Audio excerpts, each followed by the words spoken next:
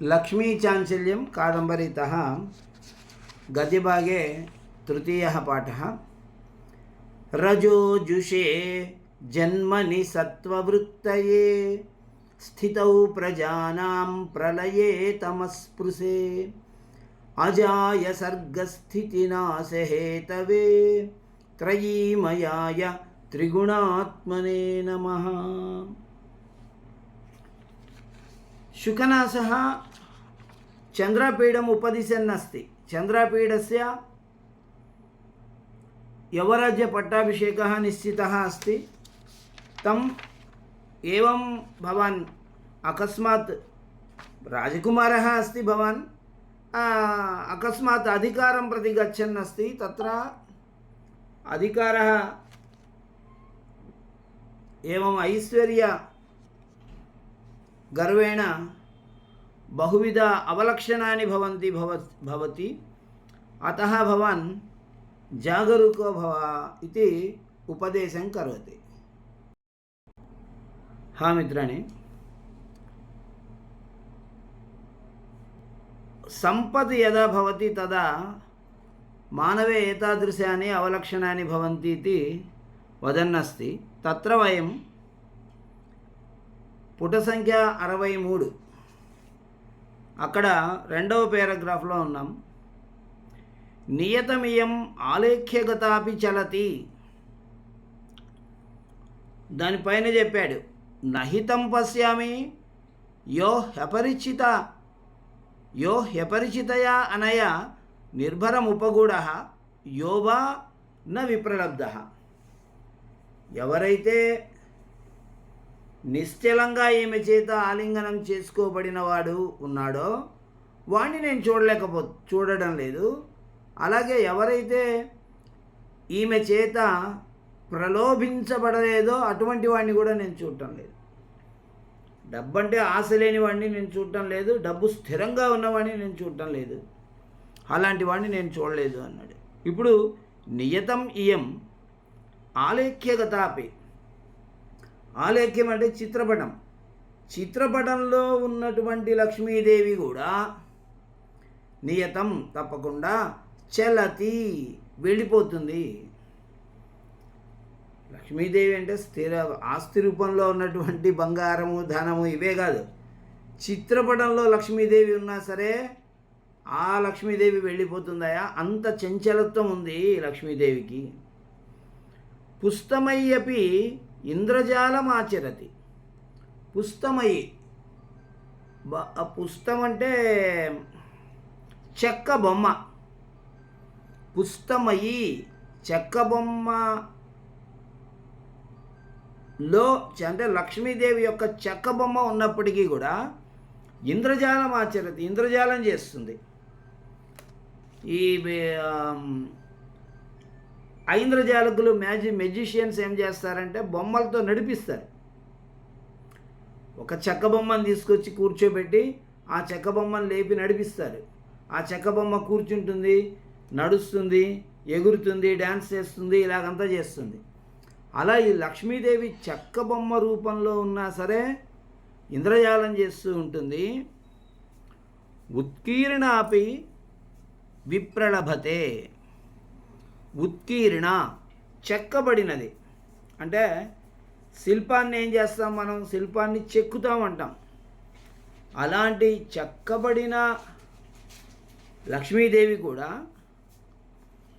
విప్రలభతే మానవుణ్ణి మోహానికి గురి చేస్తుంది, ఆశకు గురి చేస్తుంది. విప్రలభతే అంటే ఆశ పెట్టడం అనమాట. తీసుకో, ఇంకా గొప్పవాడి వైపు, ఇంకా కావాలి అనుకో అని ఆశ పెడుతుంది. శృతాపి అభిసంధత్తే. శృతాపి శృతి జ్ఞానం కలిగినది అయినప్పటికీ కూడా, వేద జ్ఞానం కలిగినప్పటికీ కూడా అభిసంధత్తే కర్తవ్య విచార జ్ఞానము లేకుండా చేస్తుంది. శృత అంటే ఏమిటంటే దురాచార నిషేధక శాస్త్రజ్ఞానయుక్త అపి. శృత అంటే అదే అర్థం. దురాచారాలను నివారించేటువంటి శాస్త్రీయమైన జ్ఞానము కలది. ఇది తప్పు, ఇది మంచి పని కాదు, ఇలాంటి పని చేయకూడదు, ఇలాంటివి మంచి పనులు, ఇలాంటివి చేయాలి అనే జ్ఞానమును శృతి జ్ఞానం అంటాం, శృతం అంటాం. శృతం అంటే జ్ఞానం అనే అర్థం. అంటే ఎలాంటి జ్ఞానం అది?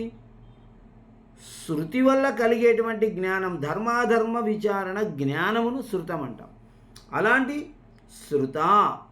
శృతి జ్ఞానము కలది అయినప్పటికీ కూడా, ధర్మాధర్మ విచక్షణ జ్ఞానం కలిగినది అయినప్పటికీ కూడా అభిసందత్తే, ఈమె వేరే వాళ్ళకు అది నేర్పించదు. ఏం నేర్పిస్తుంది? కర్తవ్య విచార జ్ఞాన రాహిత్యం బోధయతి. ఏమి చేయాలి, ఏమి చేయకూడదు అనే నిశ్చయించుకునేడానికి మన దగ్గర ఒక బుద్ధి ఉంటుంది. ఆ బుద్ధిని అనుసరించి మనం వెళుతూ ఉంటాం. అలాంటి జ్ఞానం మనకు లేకుండా చేస్తుంది. అలాంటి జ్ఞానము మనకి లేకుండా ఈ ధనం అనేది, ఐశ్వర్యం అనేది ఏం చేస్తుందంటే అలాంటి కర్తవ్య జ్ఞానాన్ని లేకుండా చేస్తూ ఉంటుంది మనకి అని చెప్తూ ఉన్నారు.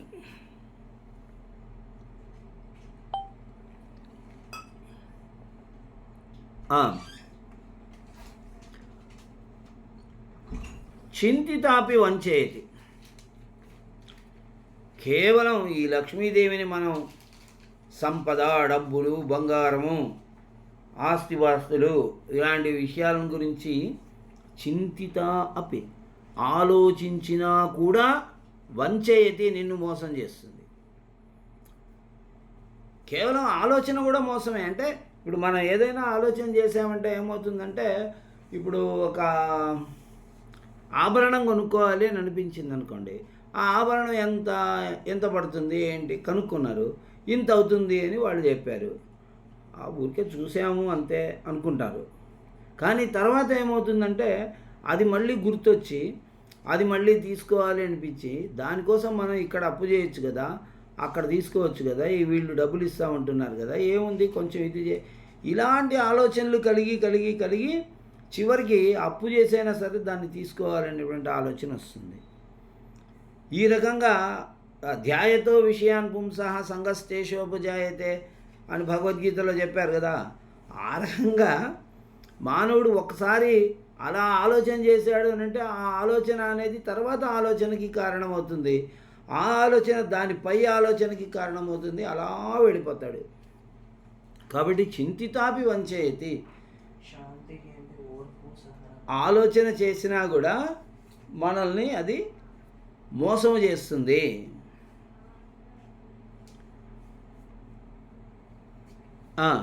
ఏవం విధయాపి చానయా దురాచారయా కథమపి దైవవశేన పరిగృహీతాః విక్లవాః భవంతి రాజానః సర్వావినయాధిష్ఠానతాం చ గచ్చంతి. సర్వావినయ అధిష్ఠానతాం చ గచ్చంతి.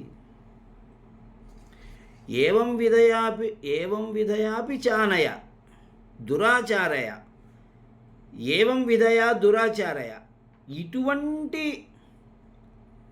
లక్షణం, ఏవం విధయా ఈ విధమైన లక్షణములు కలిగిన దురాచారయ, దుర్మార్గపు ఆలోచనలు,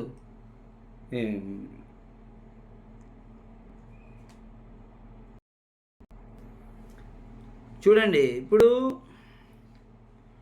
ఈ ఏవం విధయా దురాచారయ, ఈ విధమైన దురాచారాలు కలిగినటువంటి అనయా, ఈ లక్ష్మి చేత, ఈ సంపద చేత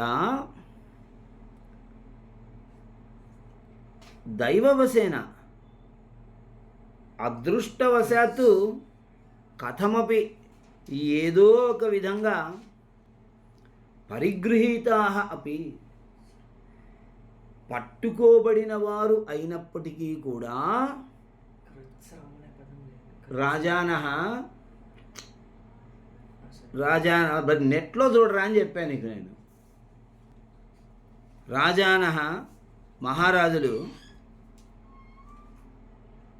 సర్వావినయ అధిష్టానతాం, సర్వ అవినయ అన్ని అవినయాలకి దురాచారాలకి అధిష్టానతాం గచ్చంతి పాత్రులు అవుతారు.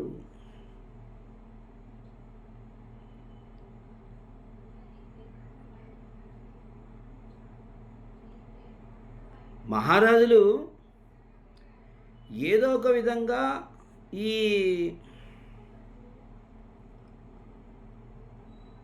సంపదల చేత పట్టుకోబడుతున్నారు.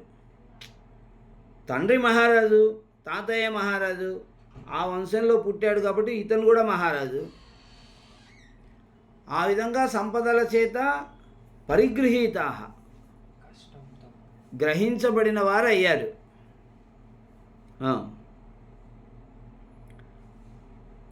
గ్రహించబడిన వారేమో అయ్యారు. కానీ వాళ్ళు సర్వ అవినయ అధిష్టానతం, అన్ని రకాలైనటువంటి అవినయాలకి పాత్రలు అవుతున్నారు. వాళ్ళకి ఆ విధమైన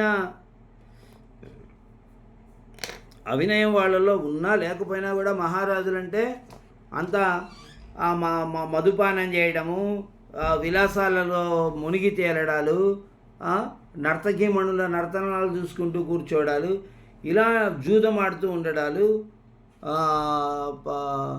ఉద్యానవనాల్లో విహరించడాలు, ఇలాంటివి చేస్తూ ఉంటారు. వాళ్ళకి ఏం పని ఉండదు, అన్ని మంత్రులు చూసుకుంటారు, సేనాధిపతులు చూసుకుంటారు. కాబట్టి వీళ్ళు ఇలాంటి దురాచారాలకు లోనైపోతున్నారు. అందరూ అని కాదు, సంపద వలన ఎవరిలో అవలక్షణాలు కలుగుతాయో వాళ్ళ గురించి చెప్తూ ఉన్నాడు ఇక్కడ. కాబట్టి దైవవశంతో కొంతమంది ఈ సంపదల చేత పట్టుకోబడిన వారు అయినప్పటికీ కూడా ఈ విధంగా వాళ్ళు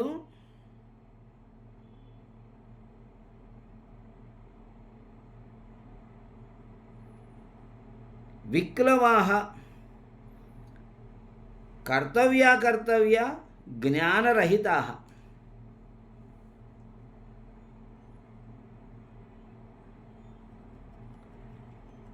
అభిసంధత్తే అన్నప్పుడు ఏం చెప్పానంటే, అభిసంధత్తే అంటే చల వ్యవహారం బోధయతి, దుర్మార్గపు వ్యవహారాన్ని చెబుతుంది. శృతి జ్ఞానం కలిగినటువంటి ధర్మాధర్మ విచారణ జ్ఞానం కలిగినది ఈ లక్ష్మి అయినప్పటికీ కూడా ఆ లక్ష్మిని స్మరించినంత మాత్రానే వ్యక్తికి ఏమైపోతుందంటే చలజ్ఞానం, దుర్మార్గపు జ్ఞానము ఏర్పడుతుంది అతనిలో. ఇక్కడ విక్లవాహ అంటే కర్తవ్య జ్ఞానరహితా, ఏ పని చేయాలో ఏ పని చేయకూడదో తెలియకుండా పోతుంది వాళ్ళకి. కిం కర్తవ్యత విమూఢా, ఏం చేయాలో తోచని వాళ్ళు అని అర్థం. విక్లవాహ అంటే వాళ్ళు దాంట్లో పడిపోయి, ఈ సంపదల్లో పడిపోయి ఏ పని చేయాలో, ఏ పని ఎప్పుడు మొదలు పెట్టాలో, ఎంత చేయాలో, ఎప్పుడు వదిలిపెట్టాలో తెలియకుండా పోతుంది మహారాజులకి. తథాహి అభిషేక సమయే ఏవ చైతేషాం మంగళకలశ జలైరివ ప్రక్షాళ్యతే దాక్షిణ్యం మొహమాటం అనేది ఏం చేస్తుందంటే, నిజంగా ఆ వ్యక్తిలో ఆ లక్షణం లేకపోయినా ఎదటి వ్యక్తి ఏమనుకుంటాడో, ఎదటి వ్యక్తికి చేయకపోతే ఎలాగబ్బా అని అనుకోనేనా ఆ పని చేస్తాడు. ఇప్పుడు అందరూ ఒక మంచి పని చేస్తూ ఉంటే, అందరూ దానం చేస్తూ ఉంటే, వాళ్ళందరూ దానం చేస్తున్నారు కాబట్టి నేను కూడా చేయకపోతే ప్రజలు నన్ను ఏమైనా అనుకుంటారేమో అనుకొని, అదే నేను కూడా ఫలానా రోజు ఇంత ధనాన్ని ఇస్తాను ఆ కార్యక్రమానికి అని ఇతను కూడా ప్రకటిస్తాడనమాట. ఇది మొహమాటం. అయితే అభిషేక సమయేవ, మహారాజుకి అభిషేకం చేస్తారు. ఆ అభిషేకం సమయంలో ఏం చేస్తారంటే, మంగళ ద్రవ్యాలు, దేశంలో ఉన్నటువంటి అన్ని రకాల నదుల నుండి జలాలను తీసుకొని వస్తారు. ఆ జలాలతో అభిషేకం చేస్తారు మంత్రపూర్వకంగా. అప్పుడు ఏమవుతుంది, అతనిలో ఉన్నటువంటి పాప ప్రక్షాళన అంతా, దురాచారం అంతా కడిగి పడేస్తుంది అనమాట ఆ మంగళ జలాలు మంత్రపూర్వకంగా. 500 నదుల నుండి 4 దిక్కుల ప్రవహిస్తున్నటువంటి 500 నదుల నుండి జలాలను తీసుకొని వచ్చి శ్రీరామునికి పట్టాభిషేకం నాడు అభిషేకం చేశారు అందరూ ప్రజలు. అలా ఈ మంగళ కలశ జలై, మంగళ కలశాలు ఏవైతే ఉన్నాయో వాటిల్లో నింపినటువంటి జలాలతో పట్టాభిషేకం చేస్తారు. ఆ అభిషేక సమయంలో దాక్షిణ్యం ప్రక్షాళతే, ఈ మొహమాటం అనేటువంటిది పోతుంది, కడగబడి వేయబడుతుంది. అంటే అక్కడి నుంచి ఆ మొహమాటం కూడా లేకుండా వద్దు, కుదరదు, లేదు పోండి ఇలా చెప్పడం తయారవుతుంది. అంతకుముందు మొహమాటం కొద్దైనా పర్వాలేదులేండి, నేను చూస్తాను, నేను చేస్తాను అనేవాడు. ఎప్పుడైతే ఈ పట్టాభిషేకం జలం పడిందో ఆ మొహమాటాన్ని ఈ జలము ప్రక్షాళన చేస్తుంది అని చెప్తూ ఉన్నాడు. అంటే ఆ క్షణము నుంచే ఆ వ్యక్తిలో దాక్షిణ్యం అనేది నశించిపోతుంది అని అర్థం. అగ్నికార్య ధూమేనేవ మలినీక్రియతే హృదయం. అగ్నికార్య ధూమేన, ధూమము ఏం చేస్తుంది అని అంటే, ధూమం ఎప్పుడు హృదయాన్ని మలినం చేస్తుంది. ధూమాన్ని మనం పానం చేయడం వల్ల, ధూమాన్ని స్వీకరించడం వల్ల ఏమవుతుంది అని అంటే, అది లోపలికి వెళ్ళిపోయి మన యొక్క ఊపిరితిత్తులను, గుండెను పాడు చేస్తుంది కదా.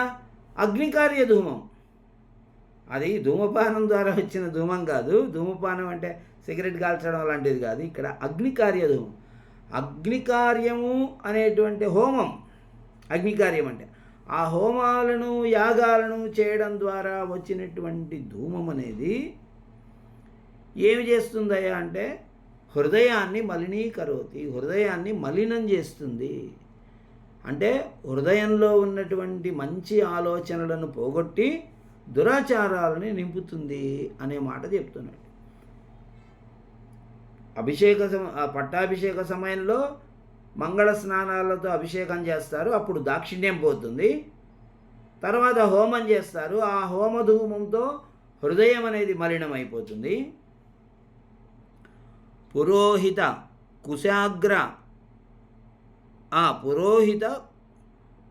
కుశాగ్ర సమ్మార్జనీభిః ఇవ అపహ్రియతే క్షాంతి. క్షాంతి అంటే సహనం. ఈ సహనం అనేది ఈ పురోహితులు ఏం చేస్తారంటే, కుశాగ్ర సమ్మార్జని, కుశాగ్రాలంటే దర్భలు. దర్భలు అనేటువంటి తెలుసు కదా, దర్భం అనేది గడ్డిలో ఒక రకమైన శ్రేష్టమైన గడ్డిని మనం దర్భలు అంటాం. ఆ దర్భలతో చేయబడిన సమ్మార్జని అంటే చీపురు. పవిత్రమైనటువంటి స్థలాలలో, అంటే ఈ పూజా గదిలో మరియు హోమాల దగ్గర చిమ్మడానికి మామూలు చీపురుని ఉపయోగించరు. దర్భలతో తయారు చేసినటువంటి చీపురుతోనే చిమ్ముతారు. అలా ఈ దర్భలతో తయారు చేసినటువంటి చీపురుని ఉపయోగించి చిమ్మడం అనేటువంటిది చేసినప్పుడు మహారాజులో ఉన్నటువంటి సహనాన్ని కూడా చిమ్మేస్తున్నారట వాళ్ళు. మహారాజులో ఉన్న సహనం అనేటువంటి ఒక గుణం ఉండాలి కదా రాజు అన్నవాడికి. ఆ గుణాన్ని కూడా వాళ్ళు చిమ్మేసి కసులో తీసి పడేస్తున్నారు. అలా జరుగుతుంది. అంటే ఈ పట్టాభిషేకం అనేటువంటిది మనిషిలో ఒక్కొక్క అవలక్షణాన్ని నింపుతుంది. పట్టాభిషేక సమయంలో ఏమేమి కార్యక్రమాలు చేస్తారో ఇక్కడ చెప్తున్నాడు. ఒక్కొక్క కార్యక్రమం ఒక్కొక్క అవలక్షణాన్ని నేను కదా మహారాజుని అయిపోతున్నాను ఇంకా అనేటువంటి గర్వాన్ని తెచ్చిపెడుతుంది. ఆ గర్వంతో అప్పటి వరకు ఒకవేళ ఉన్నటువంటి మంచి లక్షణాలు ఏవైతే ఉన్నాయో అవన్నీ కరుమరుగైపోతాయి అని చెప్తున్నాడు. ఉష్ణీష పట్టబంధేనేవ ఆచ్ఛాద్యతే జరాగమన స్మరణం. జరాగమన స్మరణం ప్రతి వ్యక్తికి ఇది ఉంటుంది.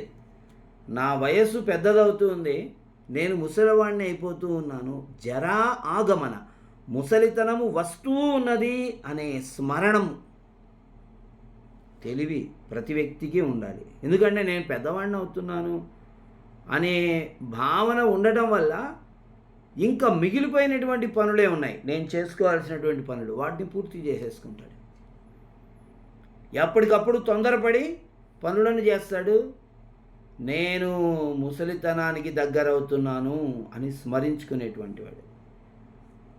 ముసలితనానికి దగ్గరవుతున్నానని స్మరించుకోని వాడు ఎంత వయసు వచ్చినా ఇంకా కురవేషాలు వేస్తుంటాడు. అలా ఇప్పుడు ఇక్కడేమవుతుంది, ఉష్ణీష పట్టబంధేన. ఉష్ణీషం అంటే ఒకటి ఈ గుడ్డతో తయారు చేసిన కిరీటం లాంటిది ఒకటి పెడతారు చూసారా, తలపాగాని ఉష్ణీషం అంటారు సంస్కృతంలో. ఆ ఉష్ణీష పట్టబంధేన మొట్టమొదలు ఈ ఉష్ణీషం అనేటువంటి దాన్ని పెడతారు, ఆ తర్వాత కిరీటం పెడతారు. ఈ ఉష్ణీషం పెట్టగానే ఏమైపోతుందంటే నేను ముసలితనానికి దగ్గర అవుతున్నాను అనే జ్ఞానం పోతుంది. ఇంక వాడికి నన్ను మించిన వాళ్ళు లేరు అని అనిపిస్తుంది. ఉష్ణీష పట్టబంధేన ఈ తలపాగా అనేటువంటి పట్టబంధం చేత, ఆ కిరీటము చేత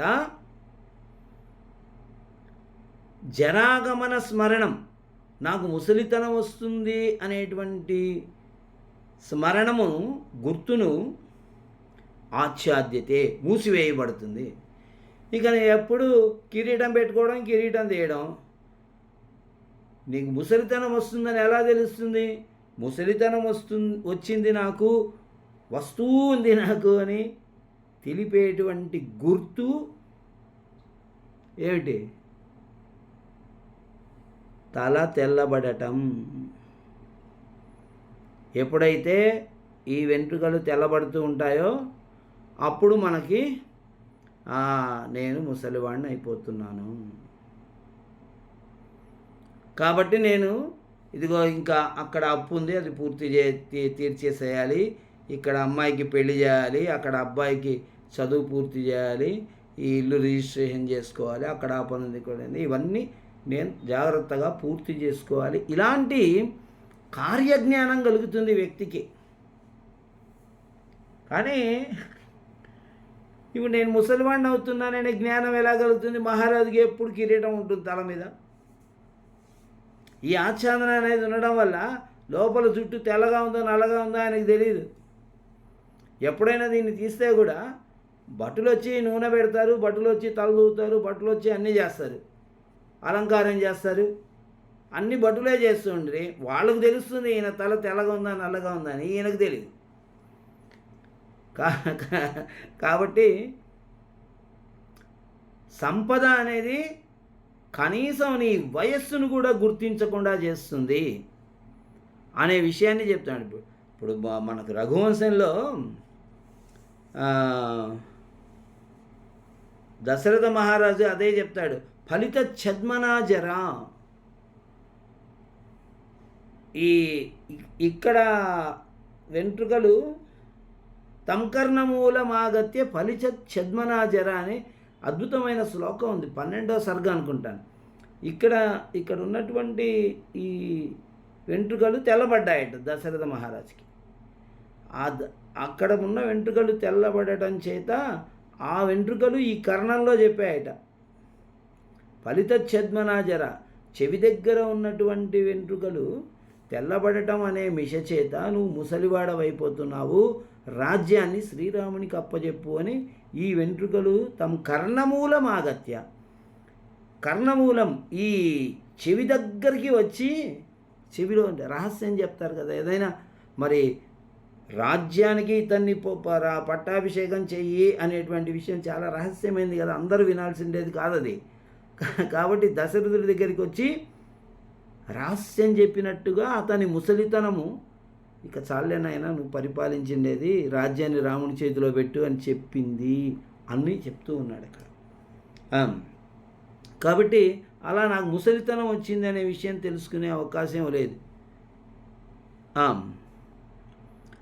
ఆతపత్ర మండలేనేవా అపసార్యతే పరలోక దర్శనం. పరలోక దర్శనం, మనం భగవంతుడు ఎక్కడున్నాడండి అంటే ఇలా పైకి చూస్తా పైవాడంతా చూసుకుంటాడండి. అంటే పరలోకం, భగవంతుడు ఉన్నటువంటి లోకాన్ని పరలోకం అంటాం మనం, స్వర్గలోకాన్ని. ఆ స్వర్గలోక దర్శనం అనేది జరగదు. మామూలుగా మనిషికి ఏమవుతుంది, ఇలా అంటే టక్కని ఇలా అంటే ఆకాశం కనపడుతుంది, భగవంతుడు అండి అని చెప్తాడు. కానీ ఈయనకి ఆతపత్ర మండలేన ఇవ, ఎప్పుడూ ఆతపత్రం గొడుగు ఉంటుంది, ఆ గొడుగు పట్టుకొని వస్తూ ఉంటాడు వాడు, వెండి గొడుగు పట్టుకొని వస్తుంటాడు. ఆ వెండి గొడుగు కింద ఈయన ఉండడం వల్ల ఈయన బయటికి వెళ్ళినా కూడా ఈయనకు ఆకాశం కనపడదు. ఆతపత్ర మండలేన పరలోక దర్శనం, ఈ పైలోకాన్ని ఇక్కడ నుంచి ఎలా చూడడం అనేటువంటిది అపసార్యతే, దూరం చేయబడుతూ ఉన్నది. అంటే ఈ గొడుగు అనేటువంటిది ఒక సంపద, వెండి గొడుగు. అతనే ఛత్రపతి, చక్రవర్తులకి ఈ ఛత్రం ఉంటుంది. కాబట్టి ఈ ఛత్రం అనేది మహారాజులకి ఉంటుంది. వీళ్ళు ఒకడు పట్టుకొని ఉంటాడు, వాడి పని అదే, ఇంకా వేరే ఏం పని ఉండదు వాడికి.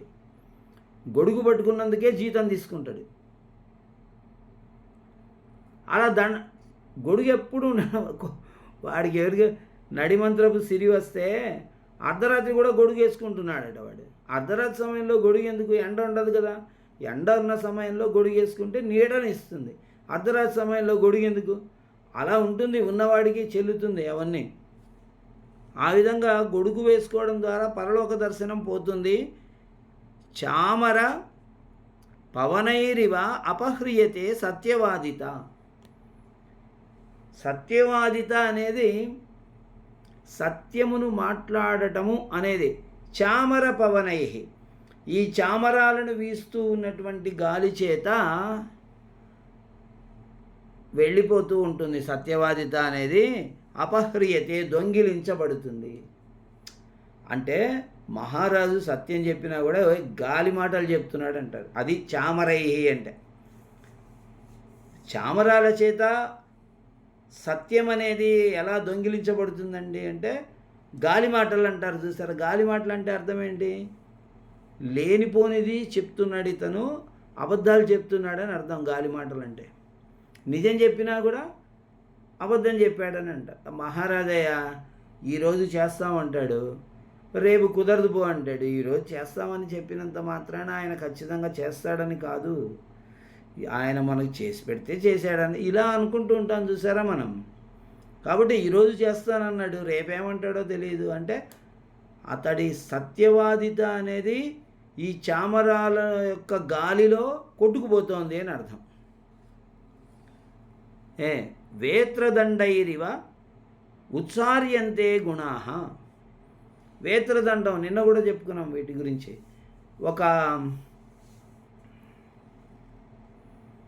ఈ దండధారులు ఉంటారు, మహారాజుల భవనాలలోకి ఎవరైనా ప్రవేశించాలంటే ఆ సభాభవనం కానీ ఇంకొకటి కానీ ఆ ముందు ఆ తలుపు ఎక్కడైతే ఉందో అక్కడ దండధారులు ఉంటారు. ఆ దండధారి ఏం చేస్తాడు, వెళ్ళినటువంటి వ్యక్తికి దండం అడ్డుపెట్టి ఆగిపో అంటాడు. దండం అడ్డు పెడితే ఆగిపో అంటాడు. దండం అతను ఆగకుండా ముందుకెళ్ళడానికి ప్రయత్నం చేస్తే ఆ దండంతోనే 2 వేస్తాడు. కాబట్టి ఈ ఆగిపోతాడు అతను. దండం అడ్డం పెట్టి, ఎవరండి మీరు, ఎందుకు వచ్చారు, ఏమిటి, మహారాజు గారు విశ్రాంతి తీసుకుంటున్నారు, అక్కడ కూర్చోండి, కాసేపు 1 గంట సేపు కూర్చోండి, ఆ తర్వాత పంపిస్తానంటాడు. ఈ విధంగా ఉత్సార్యంతే, నివారించబడతారు దండదారుల చేత అందరూ. ఇక్కడ ఏమి నివారించబడుతున్నాయంటే గుణాహ, ఒక వ్యక్తిలో ఉన్నటువంటి మహారాజులో ఉన్నటువంటి సద్గుణాలు వేత్రదండై, ఈ దండదారులు ఎప్పుడైతే ఉన్నారో వాళ్ళు వచ్చిన వాళ్ళందరినీ అడ్డుకుంటూ ఉంటారు, మహారాజు దగ్గరికి పోనీయకుండా. వచ్చిన వాళ్ళు మహారాజును తిట్టుకుంటుంటారు. ఏమండి ఈ రాజు ఎప్పుడు వచ్చినా ఆయన దర్శనమే అవ్వట్లేదు, ఒకసారి వచ్చినప్పుడు స్నానం చేస్తున్నాడు, ఒకసారి వచ్చినప్పుడు అన్నం తింటున్నాడు, ఒకసారి వచ్చినప్పుడు ఏదో సమావేశంలో ఉన్నాడు అని రాజుంది. అది నిజమో అబద్ధమో వీళ్ళకి తెలియదు. వీళ్ళేంటి, మహారాజు ఈ సమయంలో ఎవరిని పంపించవద్దు అన్నారు, వారు పనిలో ఉంటారు కాబట్టి ఇప్పుడు పంపించకూడదు అని చెప్పి వీళ్ళు చేస్తూ ఉంటారు. ఆయన గంట సేపు ఆపుపోయాయంటే వీళ్ళు 2 గంటలు ఆపుతుంటారు. ఇలా ఈ వేత్రదండముల చేత రాజులలో ఉన్నటువంటి గుణాలన్నీ పోతాయి. అంటే ఈ రకంగా ప్రజలు ఆయన కోసం ఎదురుచూపులు చూస్తూ ఉన్నప్పుడు ఆయన గురించి తక్కువగా మాట్లాడుకుంటారు, అది తక్కువ చేసి మాట్లాడుకుంటారు. జయశబ్ద కలకల రవైరివ తిరస్క్రియంతే సాధువాదాః. జయశబ్ద కలకల రవై, మార్తాండ తేజ వీరధీర శూర పరాక్రమ విక్రమార్క జయహో జయహో అంటుంటారు అందరూ. వందిమాగధులు ఒక్కొక్క పదం చెప్తుంటే ఆ వీరధీర శూర జయహో, పరాక్రమ విక్రమార్క జయహో, గండరగండ చండ ప్రచండ జయహో, ఇలా మహారాజు వస్తూ ఉంటే వారిని వందిమాగధులు అంటారు. అదే వాడి పని. ఈ మహారాజు ఏ ఏ రాజ్యాలను గెలిచాడు, ఏమేమి చదువులు చదువుకున్నాడు, ఏమేమి గొప్పతనాలు కలిగి ఉన్నాడు అనే విషయాలని తెలుసుకొని, ఏమేమి విద్యలు వచ్చు ఇతనికి అని తెలుసుకొని, వాటికి తగ్గట్టు ఈ బిరుదాలన్నింటినీ తయారు చేసుకొని వాటిని వెళ్ళిన చోటంతా వాటిని ప్రకటిస్తూ ఉండాలి. ఇలాంటి వైభవం కలిగినటువంటి, ఇలాంటి గొప్ప గొప్ప లక్షణాలు కలిగినటువంటి వ్యక్తి ఇతను అని ఒక్కొక్క పదాన్ని చెబుతూ ఉంటే ఆ పదాన్ని విన్నటువంటి ప్రజలందరూ జయహో జయహో అంటుంటారు. అలాంటి మహారాజుకు జయము గలుగుగాక అని అర్థం. కాబట్టి ఈ జయశబ్ద కలకల రవై, ఈ జయశబ్దం అనేటువంటిది ఒక కలకల రవం, అంటే గోలగోలగా వినిపించేటువంటి పదం. ఒకడేమో జయ అన్నప్పుడు ఇంకొకడు మొదలు పెడతాడు, వీడు జయహో అన్నం అయిపోయి ఉంటుంది, వాడు అప్పుడు మొదలు పెట్టింటాడు. ఇలా ఒక్కసారిగా అందరూ చెప్పినప్పుడు అందరు కరెక్ట్గా ఒకే సమయంలో చెప్పరు కదా, కాబట్టి అది గోలగోలగా వినపడుతూ ఉంటుంది. అందరూ ఒకే సమయంలో చెప్తూ ఉంటే అది ఇంపుగా ఉంటుంది. ఇలాంటి కలకల రవాలకి అలవాటు పడిపోయి మహారాజుకి ఏమవుతుందంటే సాధువాదాహ, హితవచనాలు, ఎవరైనా చెప్పేటువంటి మంచి మాటలు తిరస్క్రియంతే, మాకు తెలిసిలేండి మీరు చెప్పక్కర్లేదు అన్నట్టుగా వదిలేండి. ఇతనికి వాళ్ళు జయ జయ ధ్వనులు చేస్తుంటే ఆహా నాలో ఇంత గొప్పతనం ఉందా, బా మా వందిమాగధులు భలే పొగిడారు నాయన, ఇదిగో ఇది తీసుకో అని చెప్పేసి ఒక ఆహారం ఇచ్చేస్తాడు. అలా ఎవరికైనా కూడా పొగడ్తలు అనేటువంటివి చాలా ఇష్టమైనవి. నువ్వు చాలా మంచివాడివి, నువ్వు చాలా గొప్పవాడివి అని ఎవరైనా మొదలు పెట్టారనుకోండి మన గురించి, అబ్బా నా గురించి చెప్తున్నాడు ఇతనని చెప్పేసి పొంగిపోతారు ఎవరైనా కూడా. చిన్నపిల్లలతో పని చేయించుకోవాలంటే ఖచ్చితంగా అదే చేస్తారు. అరే నువ్వు చాలా మంచివాడిరా, అబ్బబ్బబ్బబ్బ ఇంత ఇంత మంచివాడిని నేను ఎక్కడా చూడలేదండి అని మనం అనగానే వాడు ఇలా ఇలా ఇలా అనుకుంటుంటాడు. ఇంకా అలా పొగిడి వాడిని అభిముఖ్యం వాడిని దగ్గరికి తీసుకొని, అరే ఓ చిన్న పని చేసి పెట్టరా, అక్కడికి వెళ్ళి ఇది తీసుకొని రాపో అని పంపిస్తాను. వాడు హాయిగా చక్కగా నేను వెళ్ళను నేను చేయను అని అనకుండా ఆనందంగా వెళ్ళి ఆ పని చేసుకొని వస్తాడు. అలా వ్యక్తికి పొగడతలంటే బాగా ఇష్టం. ఈ మహారాజులు దీంట్లో ఈ పొగడతల్లో పడిపోయి ఎవరైనా వచ్చి మహారాజా మీరు ఇలా చేసుకుంటే బాగుంటుంది అని ఏదైనా సలహాలు చెప్పారనుకో, హితవచనాలు అవి రుచించవు. మహారాజా మీరు అంతటి వాడు ఇంతటి వారు, ఇంద్రుడు దేవేంద్రుడితో సమానుడు ఇట్లా చెప్తూ ఉంటే అది చాలా హాయిగా ఉంటుంది.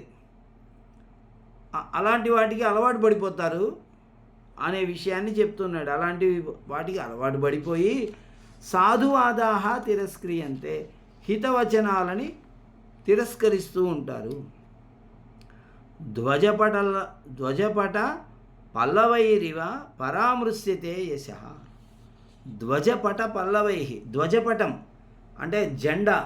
ప్రతి మహారాజుకి ఒక జెండా ఉంటుంది. ఆ జెండా ఎప్పుడు ఎగురుతూ ఉంటుంది కోటల పైన, అలాగే అతని యొక్క రథం పైన. అట్లాగే వాళ్ళు ఎక్కడెక్కడ ఈ జెండా ఎగురవేయాలి అనుకుంటుంటారో అక్కడంతా ఆ జెండా ఎగురుతూ ఉంటుంది. ఆ జెండా ఇలా ఇలా ఎగిరినప్పుడు ఏమవుతుంది? మహారాజు యొక్క కీర్తిని తుడిచివేసేస్తుంది ఆ జెండా. పరామృశ్యతే, జెండా చేత మహారాజు యొక్క యశః కీర్తి పరామృశ్యతే, కప్పివేయబడుతుంది. మహారాజు యొక్క కీర్తిని కనపడకుండా చేస్తుంది జెండా అంటుంది. అంటే ఈ ధ్వజం అనేటువంటిది విజయానికి చిహ్నం. ఈ విజయానికి చిహ్నమైనటువంటి ధ్వజం ఎగురుతూ ఉన్నప్పుడు మహారాజు నేను ఇంత కీర్తిమంతుడిని కదా అనుకుంటూ ఉంటాడు, కానీ అది ఇతని కీర్తిని తుడిచివేస్తూ ఉంటుంది అని. అంటే సంపద అనేటువంటిది ఈ వ్యక్తి యొక్క కీర్తిని చెడిపేస్తుంది. ఎందుకని? ఎలా చెడిపేస్తుంది సంపద వ్యక్తి యొక్క కీర్తిని? అంటే అతడు సంపద కలవాడు కాబట్టి అనేక రకాలైనటువంటి అలవాట్లకు గురైపోయి ఉంటాడు. కాబట్టి మంచి పనులు అనేటువంటిది చేయడు. జెండా మాత్రమే మిగిలి ఉంటుంది. విజయాలు ఏమీ ఉండవు, జెండా మాత్రం ఎగురుతూ ఉంటుంది. అప్పుడు ప్రజలు ఏమనుకుంటారు? ఆ జెండా మాత్రమే ఉంది, వీడు చేసిన ఘనకార్యాలు ఏమీ లేవు. ఏదైనా ఘనకార్యం చేసి జెండా ఎగిరేయాలి, వీడు ఏమీ పని చేయకుండా జెండా ఎగిరేస్తున్నాడు అని అతని గురించి చెప్పుకోవడం ద్వారా అతడికి అపకీర్తి కలుగుతుంది. అదనమాట అర్థం ఇక్కడ. తథాహి, ఇంకా ఏ విధంగా ఇలాంటి అపకీర్తి కలుగుతుందంటే, కేచిత్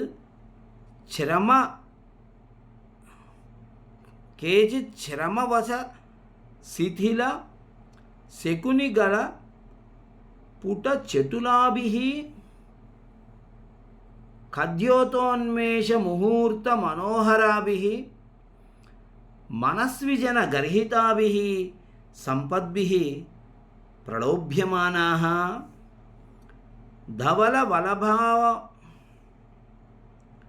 ధవల లవ లాభ లేప ధవల ధనలవ, ఏమండి? ధవల కాదు, ధనలవ లాభ అవలేప విస్మృత జన్మానః అనేక దోషోపచితేన దోషాసృజేన రాగావేశేన బాధ్యమానాః. సంపదకు గురైనటువంటి వ్యక్తి ఎలా ఉంటాడండి అంటే, బాధ్యమానాః, చాలా బాధలకు గురవుతూ ఉంటాడు. ఏమేం బాధలు అవి ఇక్కడ చెప్తూ ఉన్నాడు. వాస్తవంగా బాధ అంటే అర్థం ఏంటంటే కొట్టడం అని అర్థం. బాధ్యమానాః, కొట్టివేయబడుతున్న వారు అవుతారు. ఏమిటది? శ్రమ లవ శిథిల శకుని గల. శ్రమవశ, ఈ శకుని అంటే పక్షులు బాగా దూరం నుంచి ప్రయాణం చేసి వచ్చి ఒక చోట కూర్చున్నాయనుకోండి. ఆ కూర్చున్న సమయంలో చూడండి, వాటి యొక్క గొంతు దగ్గర ఒక ముందుకు వెనక్కి ఇలా అవుతూ ఉంటుంది. ఏమిటది అని అంటే, ఈ శ్రమ వల్ల కలిగినటువంటి అలసట అన్నమాట. అది ఈ పైన ప్రయాణం చేసుకుంటూ రావడం వల్ల ఆ పక్షిలో కలిగినటువంటి అలసట ద్వారా ఈ గొంతు దగ్గర అది మనకు తెలుస్తూ ఉంటుంది. ఇలా ముందుకు రావడం, వెనక్కి వెళ్ళడం, ఆ పక్షి ముక్కు ఇలా తెరిచిపెట్టుకొనే ఉంటుంది. ఆ విషయాన్నే ఇక్కడ చెప్తున్నాడు. శ్రమవశ శిథిల అంటే ముందుకు వెనక్కి శిథిలమవుతున్న అంటే కదులుతూ ఉన్నటువంటి శకుని గల పుటం, పక్షుల యొక్క గొంతు భాగము అనేటువంటిది చటులాభిః ఖద్యోతోన్మేష ముహూర్త మనోహరాభిః. అటువంటివి సంపదలు. పక్షుల యొక్క శ్రమ వలన పక్షుల యొక్క గొంతు దగ్గర ముందుకు వెనక్కి ఊగుతూ ఉన్నటువంటి అలసట అనేది ఎలాంటిదో సంపదలు అనేటివి మనిషికి అలాంటి అలసటను తెచ్చిపెడతాయి, అలా చేస్తాయి. తర్వాత ఇంకా ఏం చెప్తున్నాడంటే ఖద్యోతం అంటే మినుగురు పురుగు, ఖద్యోతోన్మేషం మినుగురు పురుగు యొక్క వెలగటం. మినుగురు పురుగు ఎంతసేపు వెలుగుతుందండి? మనం ఇప్పుడు ఈ సమయంలో అలా బయటికి వెళ్ళామంటే ఊరి బయటికి, అక్కడ పొలాలలో మినుగురు పురుగులు ఎగురుతూ ఉంటాయి. మనం ఇలా చూస్తుంటాం, అది ఇలా మెరుస్తుంటుంది, మాయమైపోతుంది, మెరుస్తుంటుంది, మాయమైపోతుంది. అది ఖద్యోతోన్మేష. ఉన్మేష అంటే వెలగటం. ఆ మినుగురు పురుగు వెలగటం అనేది మనోహరాభి, అందంగా అనిపిస్తుంది మనకి. ముహూర్త మనోహరాభి, కొద్ది కాలం మాత్రమే అది అందంగా అనిపిస్తుంది. మనకేమనిపిస్తుంది? ఆ మినుగురు పురుగు అలా వెలుగుతూనే ఉంటే దాన్ని మనం పట్టుకోగలం వెళ్ళి, లేకపోతే చీకట్లో అది మిడుక్కుమని వెళ్ళిపోతుంది, మనం దాన్ని పట్టుకోలేము.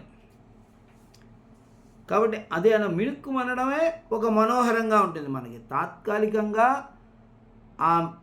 ఆ వెలగటం అనేది మనకు ఎలాగైతే మనోహరంగా ఉంటుందో అటువంటివి సంపదలు. తాత్కాలికంగా మనకి అందాన్ని తెచ్చిపెట్టేటువంటివి మనోహరాభి. మనస్విజన గర్హితాభి, మనస్విజన ఆత్మగౌరవం కలిగినటువంటి వారి చేత, గర్హితాభి నిందించదగినవి అయినటువంటి సంపద్భి, సంపదల చేత. సంపదలు అనేటివి శ్రమ కలిగిన పక్షుల యొక్క గొంతులో నిండినటువంటి అలసట లాంటివి. సంపదలనేవి మినుగురు పురుగు యొక్క తాత్కాలికమైన అందమైన వెలుగు లాంటిది. ఆత్మగౌరవం కలవారి చేత నిందించబడుతున్నవి అయిన సంపదల చేత ప్రలోభ్యమానాః, ఆశ పెట్టబడుతున్న వారైనా. ఈ రాజానహ అని చెప్తాడు తర్వాత. ధన లవ లాభ, ధన లవ కొంత ధనము లభిస్తుంది అనే అవలేప విస్మృత గర్వము చేత విస్మృత మరిచిపోయినటువంటి జన్మానః పుట్టుక కలవారు. నేను ఉన్నత వంశ సంజాతుడను అనేటువంటి విషయము ధనలవ ప్రాప్తి, కొంచెం డబ్బు వస్తుంది అని తెలియగానే మర్చిపోతాడట వీడు.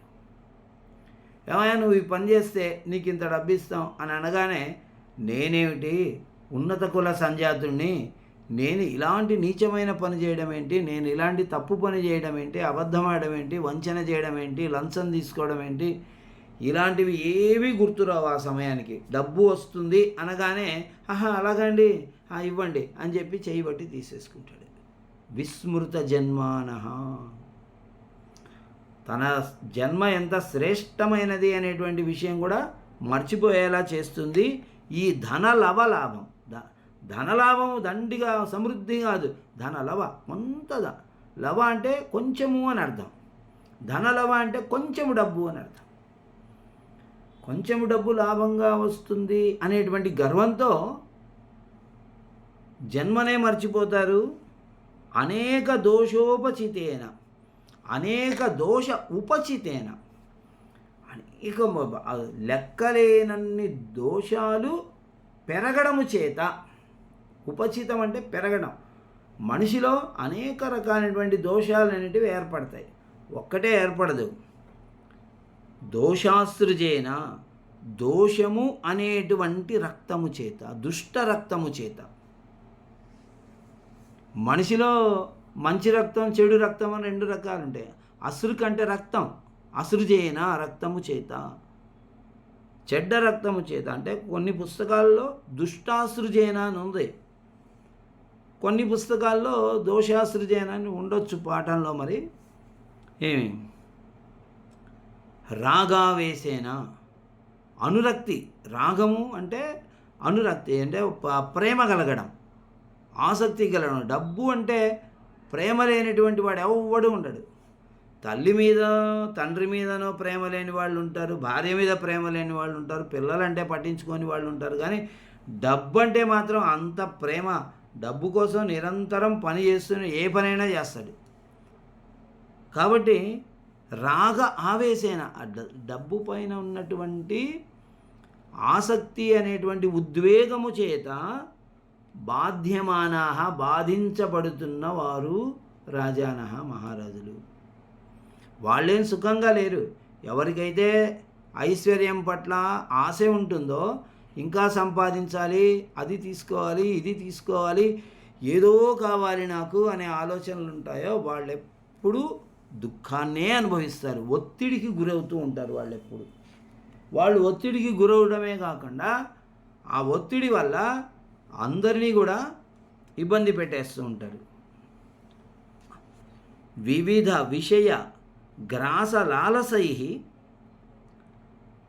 పంచభిః అపి అనేక సహస్ర సంఖ్యాకైరివ ఇంద్రియైః ఆయాస్యమానాః. వివిధ విషయగ్రాస లాలసై, అనేక విషయములు అనేటువంటి ముష్టిలో, గ్రాసై గ్రాస లాలసై, ముష్టుల చేత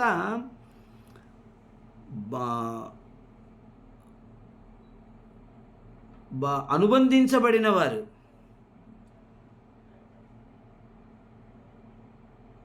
అవడం వల్ల, ఒక్క నిమిషం అండి, ఇప్పుడు ఈ పంచేంద్రియాలకి పంచ విషయాలు ఉన్నాయి కదా, ఆ వివిధ విషయాలు అనే గ్రాసములు అంటే ముష్టి అంటే ఈ చేతిని ఇలా ముడవడం ద్వారా ఏర్పడిన ముష్టి అని అర్థం కాదు. గ్రాసం అంటే ముద్ద అని అర్థం. ముద్దను ఇలాగే కదా చేస్తాం మనం. కాబట్టి ఒక ముద్దల పైన, ముద్దల యందు అనురక్తి కలిగినటువంటి ఏమి ముద్దలు? ఇంద్రియ విషయాలు అనేటువంటి ముద్దలు. మనకి ఆహారం ఎలాగో ఇంద్రియాలకి విషయాలు ఆహారాలే కదా, అందుకని ముద్దలు అంటున్నాడు, ఆహారము అని అంటున్నాడు. పంచభిః అపి అనేక సహస్ర సంఖ్యాకైః, ఇంద్రియాలు ఉండేటివి 5 అయినప్పటికీ కూడా అనేక సహస్ర సంఖ్యాకైః, అనేక వేల సంఖ్యలు కలిగిన ఇంద్రియాలు మనకున్నట్లుగా ఇంద్రియైః ఆయాస్యమానాః, ఇంద్రియాల చేత ఆయాస్యమానాః, ఆయాసింపబడుతున్నవారు రాజులు. రాజానః అనేటువంటి మాట ప్రతి చోట మనం పెట్టుకోవాలి. ఏమైపోతారు? కాసేపు ఈ విషయం, కాసేపు ఆ విషయం, కాసేపు ఇంకొక విషయం, కాసేపు ఇంకో విషయం, ఇలా అనేక విషయాలు ఒకేసారి చుట్టుపుడతాయి. అది చెవులకు సంబంధించినవి, కళ్ళకు సంబంధించినవి, ముక్కుకు సంబంధించినవి, రసనేంద్రియానికి సంబంధించినవి, స్పర్శలకు సంబంధించినవి అనే 5 రకాల విషయాలు ఉన్నప్పటికీ కూడా అనేక వేల విషయాలు వచ్చి చుట్టుముడుతున్నట్లుగా ఆయాసానికి గురి అవుతారు. ఆయాస్యమానాః, ఇంద్రియైః ఆయాస్యమానాః, ఇంద్రియముల చేత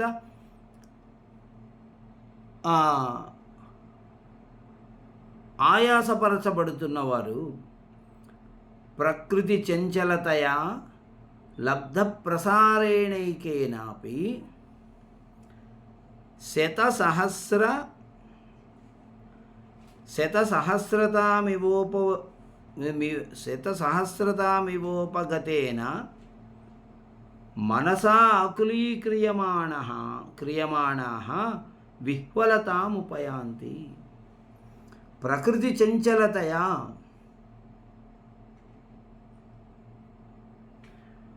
ప్ర ప్రకృతి చాంచల్యం. వాస్తవంగా మానవుడిలో ఒక ప్రకృతి చాంచల్యం అనేది ఉంటుంది. అంటే సహజంగా చంచలము. ప్రకృతి చాంచల్యం అంటే సహజంగా ఏకాగ్రత లేకపోవడం అనేది ఉంటుంది. కళ్ళు ఒకవైపు లాగుతుంటాయి, చెవులు ఒకవైపు లాగుతుంటాయి. ఇలా మనలో ఉన్నటువంటి ఇంద్రియాలన్నీ కూడా ఏదో కావాలని కోరుకుంటూ ఉంటాయి. ఇది ప్రకృతి చాంచల్యం అయినప్పటికీ లబ్ధ ప్రసారేణ ఏకేన, ఒక్కదానికి అవకాశం దొరికినప్పటికీ కూడా లబ్ధ ప్రసారేణ ఏదో మనం ఒక సినిమా చూద్దాం, టీవీ చూద్దాం అనుకుంటాయి కళ్ళు. అటువంటి ఒక్కదాని చేత కూడా శతసహస్రతామివ ఉపగతేన, ఆ ఒక్కటి ఏమిటండి అంటే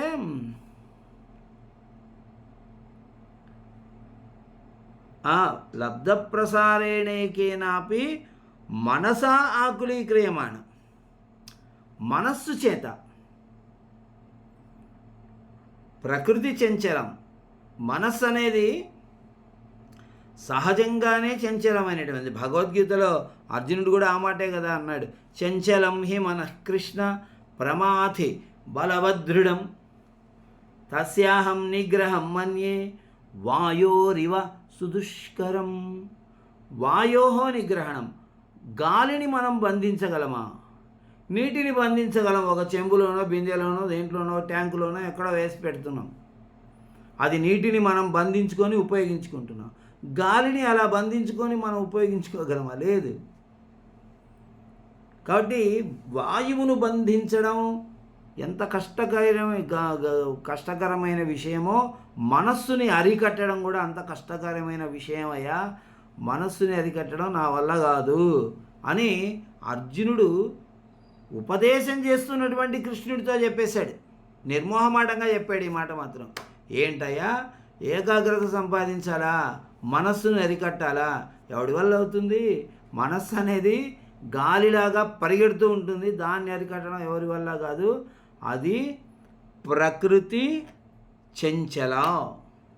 చంచలతయ, సహజముగా చాంచల్యము కలిగినటువంటిది.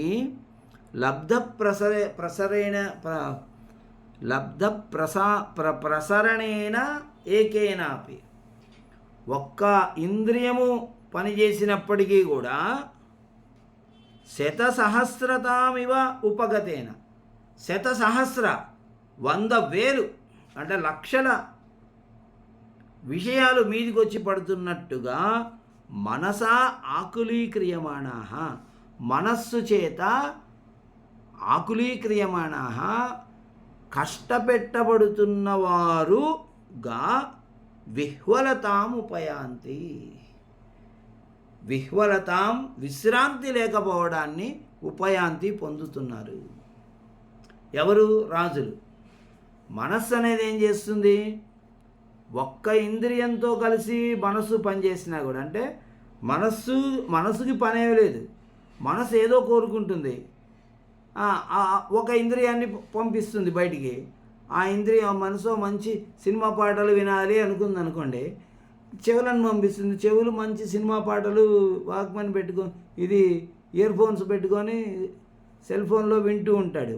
అప్పుడు మనస్సుకి ఆహా ఏదో ఆనందంగా ఉందనిపిస్తుంది. కానీ ఆ ఒక్క విషయం అనేటువంటిదే మనస్సు చేసేటువంటి శతసహస్ర, కొన్ని 100,000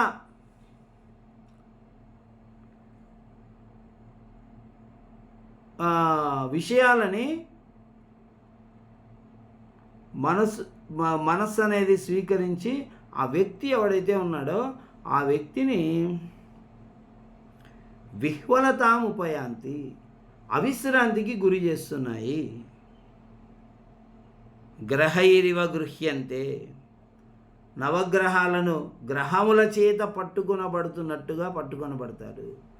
గ్రహాలంటే నవగ్రహాలనే అర్థం కావచ్చు, లేకపోతే ఏదో గ్రహం తిరుగుతుందండి అక్కడ అంటారు, అంటే దయ్యం తిరుగుతోంది అనే అర్థంలో గ్రహం అనేటువంటి పదాన్ని ఉపయోగిస్తారు. గ్రహం అంటే పట్టుకునేది అని అర్థం. గ్రహైరివ దయ్యముల చేత పట్టుకొనబడినట్టు సంపదల చేత పట్టుబడతారు. భూతైరివ అభిభూయంతే భూతములు ఆవహించినట్లుగా ధనము చేత ఆవహించబడతారు. మంత్రైరివ ఆవేశ్యంతే మంత్రముల చేత ఎలా ప్రేరేపించబడతారో అలా ప్రేరేపించబడతారు. అంటే కొంతమందికి మంత్రం వేస్తారు, ఆ మంత్రం వేయడం వల్ల అతడిలో కొన్ని మార్పులు అనేటివి జరుగుతాయి. అంటే ఇప్పుడు ఈ చేతబడి కాశ్మీర లాంటివి అక్కడెక్కడో చేస్తుంటారు వీడి పేరుతో. వీడికి ఇక్కడ అనారోగ్యాలు, కోపతాపాలు అవన్నీ వచ్చి మనిషి ఎగిరెగిరి పడుతుంటాడు చూసారా. అలా మంత్రముల చేత ఆవేశింపబడినట్టుగా సత్వైరివ అవష్టభ్యంతే. సత్వైరివ సత్వములు అనంటే జంతువుల చేత పీడించబడుతున్నటువంటి వాడు. అంటే ఒక్కసారి ఒక పులి వెంటబడింది అనుకోండి, ఎలా ఉంటుంది? అలా ఉంటుంది వీడి పరిస్థితి. సంపద చేత పట్టుకోబడిన వాడి పని. వాయునేవ విడంబ్యంతే వాయువు చేత వలె వెక్కిరించబడుతున్న వారు అవుతారు. ఏమి పిశాచైరివ గ్రస్యంతే పిశాచముల చేత పట్టుకొనబడిన వాడు ఎలా ఉంటాడు అంటే దయ్యం పట్టింది ఆయనకు అంటారు. దయ్యం పట్టిన వాడు ఎలా ఉంటాడు? ఇలా చూస్తాడు, పైకి చూస్తాడు, కిందికి చూస్తాడు, ఎగురుతాడు, పైకి పరిగెడతాడు, ఎగిరెగిరి దూకుతాడు, అంటాడు, నోరు ఇలా తెరుస్తాడు. ఇలాంటి పిచ్చి పనులన్నీ చేస్తుంటాడు. ధన పిశాచం పట్టుకున్నవాడు కూడా అలాంటి పనులే చేస్తాడు. ధన పిశాచం పట్టుకున్నటువంటి వాడు చూసే చూపులోనే ఇలా చూస్తాడు వాడిని. అంటే ఎదటి వ్యక్తిని అంత ధన మదముతో గర్వంతో చూస్తాడు. అంటే వాడికి ధన పిశాచం అనేది పట్టుకుంది కాబట్టి పిశాచం పట్టుకున్నవాడు ఎలా చేస్తాడో అలా చేస్తాడు. మదన శరైహి మర్మహతాయివ ముఖభంగ సహస్రాణి కుర్వతే. మదన శరైహి మన్మథ బాణములు గుచ్చుకున్నటువంటి వాడు ఎలాగైతే ముఖంలో అనేక రకాలైనటువంటి చేష్టలు చేస్తూ ఉంటాడు. ఇప్పుడు మన్మథ బాణాలు గుచ్చుకున్నప్పుడు ఏమవుతాయి?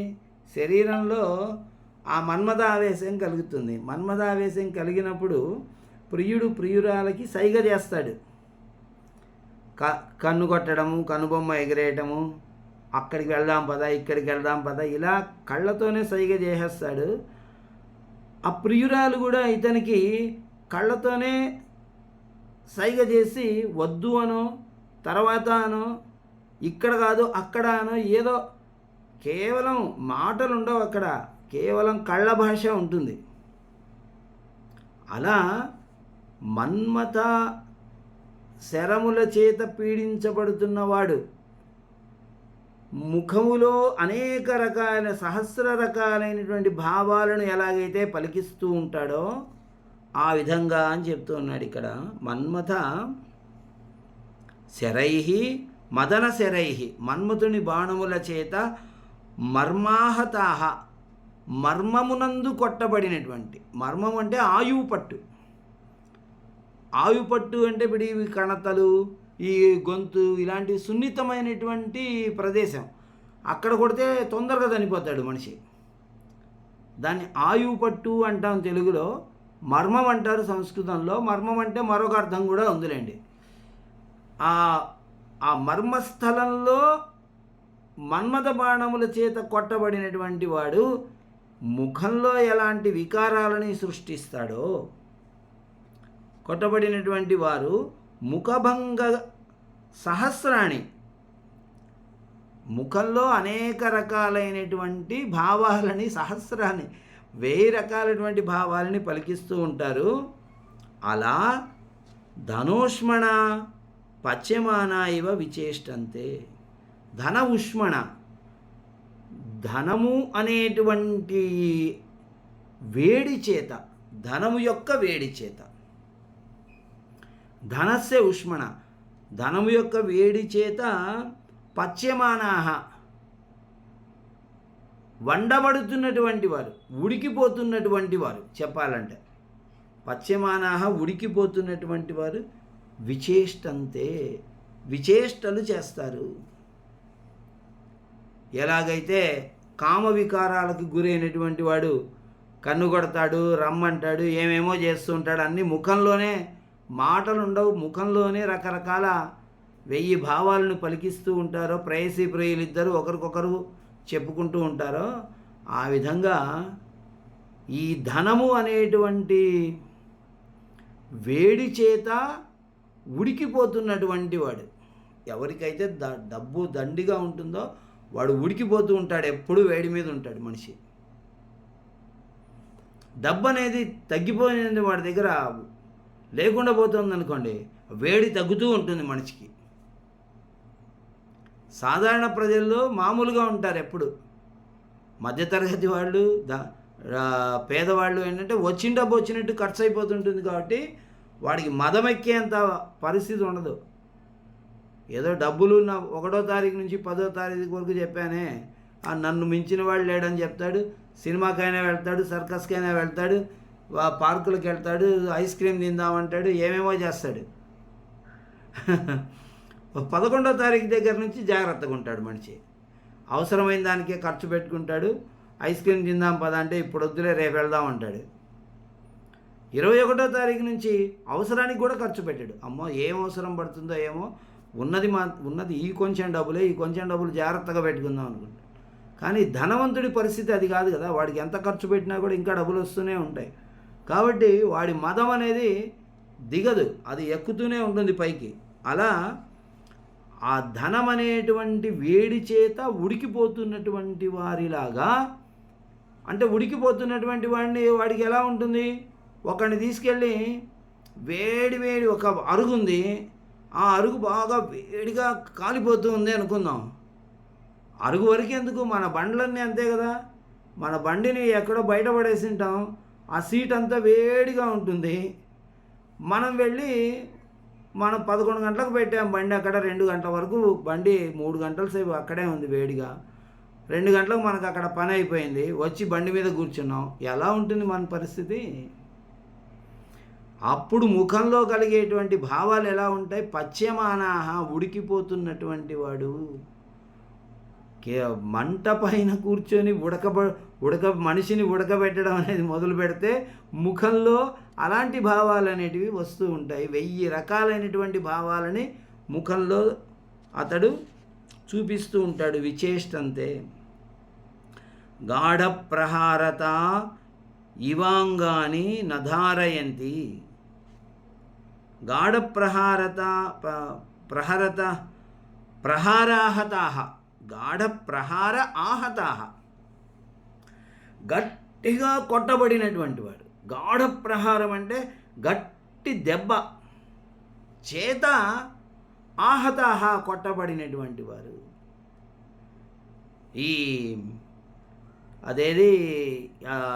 అదేదో వస్తుంది దీంట్లో, సుమోలు కొట్టుకుంటూ ఉంటారు, రెజ్లింగ్ అంటే రెజ్లింగ్. ఆ రెజ్లింగ్లో ఏంటంటే ఒక్క దెబ్బ కొట్టాడంటే ఆ దెబ్బకి ఇంత, ఆ స్ట్రోక్ ఇంత అని చెప్పేసి కొలత ఉంటుంది. 15 కిలోల దెబ్బ కొట్టాడు, 20 కిలోల దెబ్బ కొట్టాడు అని దానికి కొలత ఉంటుంది. అలా గట్టి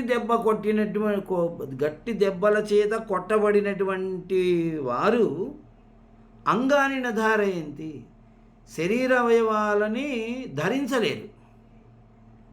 శరీర అవయవాలని ఇప్పుడు ధరించి హాయిగా చేతులు, కాళ్ళు, ముక్కు, చెవి అన్నిటినీ ఉపయోగించుకుంటున్నారు, ఏ పని కాలిస్తే ఆ పని. కానీ బాగా గట్టి దెబ్బలు పడ్డాయనుకోండి, అప్పుడు చెయ్యి పని చేయదు, చెవి పని చేయదు, ఏది పని చేయదు, అన్నీ ఇలా పెట్టుకొని అన్నీ వేలాడుతూ ఉంటాయి. అలా అయిపోతాడు మనిషి డబ్బు కొట్టేటువంటి దెబ్బల ద్వారా.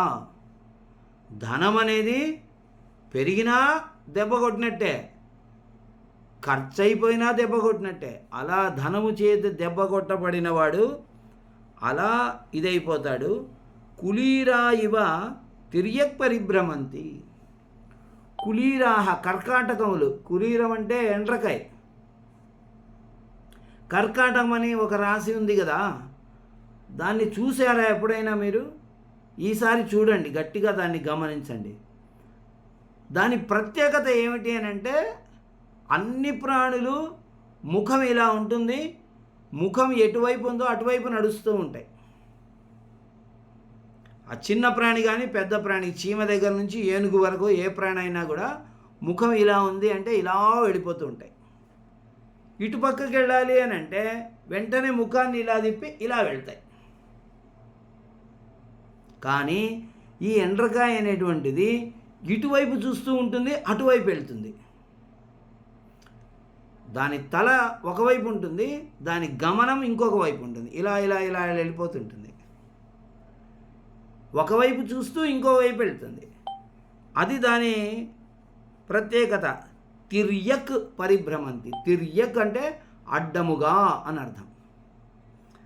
అడ్డంగా మనమందరం ఎలా నడుస్తాం? అడ్డంగా నడవం, నిలువుగా నడుస్తాం, నేరుగా నడుస్తాం. అన్ని ప్రాణులు నేరుగా నడుస్తాయి. ఒక కులీరం మాత్రం, కర్కాటకం మాత్రం అడ్డంగా నడుస్తుంది, చూడటం మాత్రం నేరుగా చూస్తుంది. అలా వాడి యొక్క నడకలో అలాంటి మార్పు ఉంటుంది. అంటే వ్యక్తి యొక్క ఆలోచనలు అలా ఉంటాయి. ఒకవైపు ఆలోచన చేస్తూ ఇంకొక వైపు వెళ్తుంటాడు. ఏం అధర్మ భగ్న గతయేవ పంగవ ఇవ పరేణ సంచార్యంతే.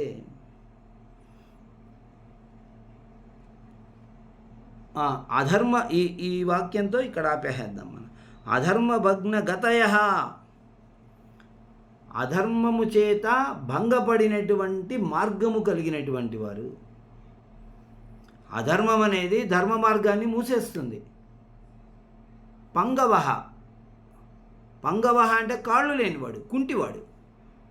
కుంటివాడు ఏం చేస్తాడు? పరేణ సంచార్యంతే, ఇతరుల చేత నడిపించబడతాడు. ఇతరులు వాడిని మోసుకొని వెళ్ళడమో, లేదా పట్టుకొని నడిపించడమో, లేదా బండి మీద కూర్చోబెట్టుకొని తోయడమో, ఏదో రకంగా ఇతరులు ఒక కుంటివాడి పట్ల జాలితో అతనికి మనం సహకరించాలి అనేటువంటిది బుద్ధితో అతన్ని నడిపిస్తారు. ధనవంతుడిని ఎందుకండి నడిపించాలి? మహారాజుని అలా నడిపిస్తారు. మహారాజు స్వయంగా నడవడు. ఆయన చిటిక వేస్తే వెంటనే ఒకడొచ్చి సింహాసనం పైనుంచి లేపుతాడు పైకి. అక్కడి నుంచి మహారాజు మెట్లు దిగుతూ ఉంటే మహారాజుకి చెయ్యి అందిస్తాడు. అతను చేయి పట్టుకొని అతడు మెట్లు దిగాలి. వాస్తవంగా మహారాజు మెట్లు దిగగలడు. అయినప్పటికీ కూడా ఆ పరిచారకుల యొక్క అది కర్తవ్యం, అది వాడి డ్యూటీ. అది మహారాజుని చెయ్యి అందించి మెట్లు దించి తీసుకెళ్తాడు. మంచం పై నుంచి లేయడానికి ఒకడు పక్క నుండి సహాయం చేసి లేపుతాడు. వాడు బాత్రూమ్ వరకు తీసుకెళ్తాడు. అక్కడ అన్ని మంచినీళ్ళు పెట్టింటారు, తువ్వాలు పెట్టింటారు, అన్నీ కావలసినటువంటి ఏర్పాట్లన్నీ చేస్తారు మహారాజుకి. అలా స్నానం చేసి రాగానే ఒకడు తల దుడుస్తాడు, ఒకడు అలంకారం చేస్తాడు. ఈ రకంగా ఏ కుంటివాడో గుడ్డివాడో పనులు చేసుకోలేనటువంటి వాళ్ళకి ఇతరుల యొక్క సహాయం అనేది అవసరం. కానీ బాగా కోటీశ్వరుడైనటువంటి మహారాజు లాంటి వాళ్ళకి అన్ని అవయవాలు బాగా పనిచేస్తున్నప్పటికీ కూడా ఇతరుల యొక్క సహాయంతో వాళ్ళు పనులు చేసుకుంటారు. వాళ్ళు వచ్చి అన్ని పనులు చేసి పెడుతుంటారు. ఇలా పంగవహ ఇవ, వాళ్ళు కుంటి వాళ్ళ వలె ఇతరుల చేత సంచారము చేయించబడతారు. వాళ్ళు సంచారం చేయరు, ఇతరుల చేత సంచారం చేయరు. మహారాజా ఇలా రండి, ఇలా ఇతో మహారాజా. మన నాటకాలలో డైలాగ్ ఉంటుంది, ఇతో మహారాజా అంటే మహారాజా ఇలా రండి, ఇలా రండి. మహారాజు సభాభవనం నుంచి ఇంటికి ఎలా వెళ్ళాడో తెలీదా ఆయనకి? అంతఃపురానికి దారి తెలీదా? తెలుసు. అయినప్పటికీ కూడా అతనితో పాటు ఉండేటువంటి భటులు ఆయన్ని అలా తీసుకెళ్ళాలి. ఇలా రండి మహారాజా, ఇలా రండి మహారాజా అని చెబుతూ తీసుకెళ్ళాలి. అది పద్ధతి. ఏమి మృషావాద విపాక సంజాత ముఖరోగా ఇవ అతికృచ్ఛ్రేణ జల్పంతి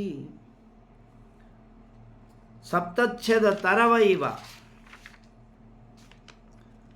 కుసుమరజో వికారై పార్శ్వవర్తినాం శిరశూలం ఉత్పాదయంతి. అస్తు మిత్రుని, చాలా బాగుంది, చాలా చక్కటి వర్ణనలు. అయితే మరీ ఎంత పెద్ద స్టోరీ పెట్టకూడదు. ఒక 2 పారాగ్రాఫులు 4 పారాగ్రాఫులు పెట్టింటే బాగుండేది. చాలా పెద్దగా పెట్టారు.